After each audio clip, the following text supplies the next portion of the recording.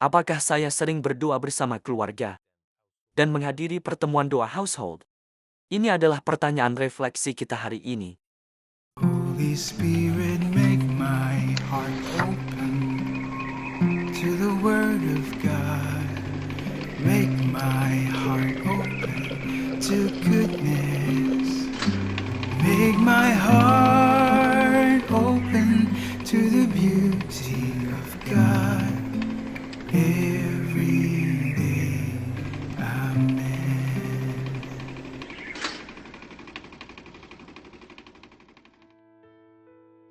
Apakah Anda tahu asal mula keluarga dan pertemuan doa keluarga dalam gereja Katolik?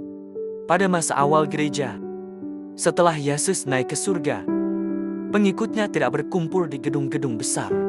Mereka bertemu di rumah-rumah biasa. Mereka berdoa dan mendengarkan ajaran Rasul, makan bersama dan saling mendukung, berada dalam iman bersama. Ini dijelaskan dalam Kisah Para Rasul, dan ini menjadi model untuk apa yang sekarang kita sebut gereja domestik. Katolik terus mempertahankan tradisi ini hingga kini. Dia mengajarkan keluarga sebagai tempat pertama di mana doa dan iman dibentuk. Katekismus menyebut keluarga Kristen sebagai sebuah sekolah doa dan jantung gereja di rumah.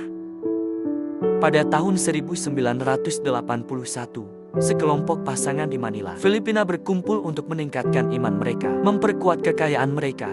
Pertemuan itu melahirkan pasangan untuk Kristus.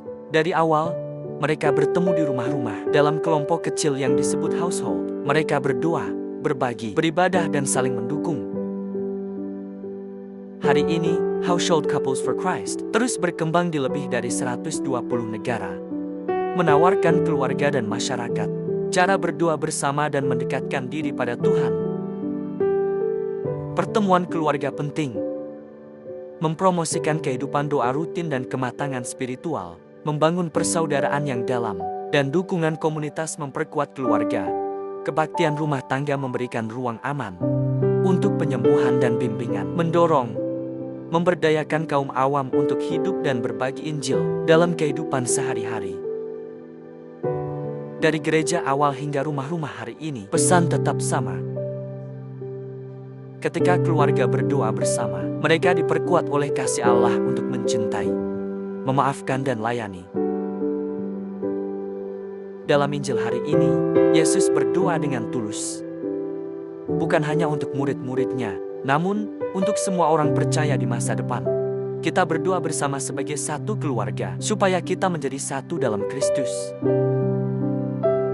Yesus berdoa agar mereka semua menjadi satu. Sama seperti Engkau, Bapa, di dalam aku dan aku di dalam Engkau. Yesus ingin dunia percaya padanya.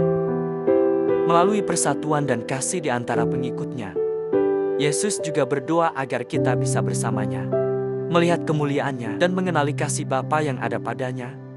Dan untuk kita, Yesus melihat kelemahanmu dan upaya Anda untuk mencintai keluarga Anda. Dia berdoa untukmu, baik bagi komunitas dan keluargamu, supaya Anda menerima kasih-Nya dan menjadi satu dalam Dia. Sebagai pasangan, orang tua, saudara-saudara, dan anak-anak, kita memiliki perjuangan, perbedaan, dan luka.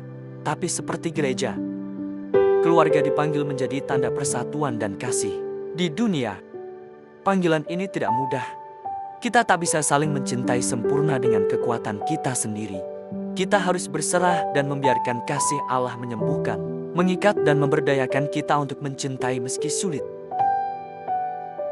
Doa Yesus di Yohanes mengingatkan kita bahwa kehidupan Kristen tidak dimaksudkan untuk dijalani secara terpisah. Melalui hubungan kita, terutama di rumah dan masyarakat, agar kasih Tuhan terlihat nyata dan dapat dipercaya oleh orang lain. Kesatuan dalam keluarga dan masyarakat bukan tentang kesempurnaan. Ini tentang tumbuh bersama dalam cinta, memaafkan, dan misi. Ketika keluarga saling mencintai meski berbeda, saling mendukung dalam penderitaan, prioritaskan doa dan kehadiran daripada kesibukan, mereka menjadi ikon hidup dari cinta ilahi.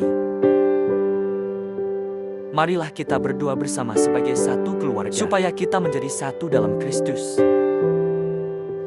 Marilah kita berdoa dalam nama Bapa dan Putra, Roh Kudus. Amin. Tuhan Yesus, terima kasih atas kasih-Mu yang tak bersyarat. Penderitaan, kematian, kebangkitan dan kenaikan-Mu. Tuhan Yesus, maafkan kami saat kami gagal berdoa bersama sebagai keluarga atau komunitas. Terbebani oleh kesibukan hidup dan keinginan yang egois. Kasihanilah kami, ya Tuhan. Penuhi hati kami dengan rahmat, kedamaian dan belas kasih-Mu. Utuslah Roh Kudus-Mu agar kami bisa bersatu, berdoa sebagai keluarga, sebagai komunitas, dan menjadi satu di dalam Kristus. Berhembuslah, ya Roh Kudus, agar pikiranku selalu kudus. Bertindaklah dalam diriku, ya Roh Kudus, agar pekerjaanku juga kudus. Pikatlah hatiku, ya Roh Kudus, agar aku mencintai yang kudus. Jagalah aku, ya Roh Kudus, agar aku senantiasa kudus. Amin. Dalam nama Bapa dan Putera dan Roh Kudus. Amin. Tuhan memberkati keluarga Anda, saudara-saudara. Tuhan memberkati Gereja Katolik kita dan Couples for Christ.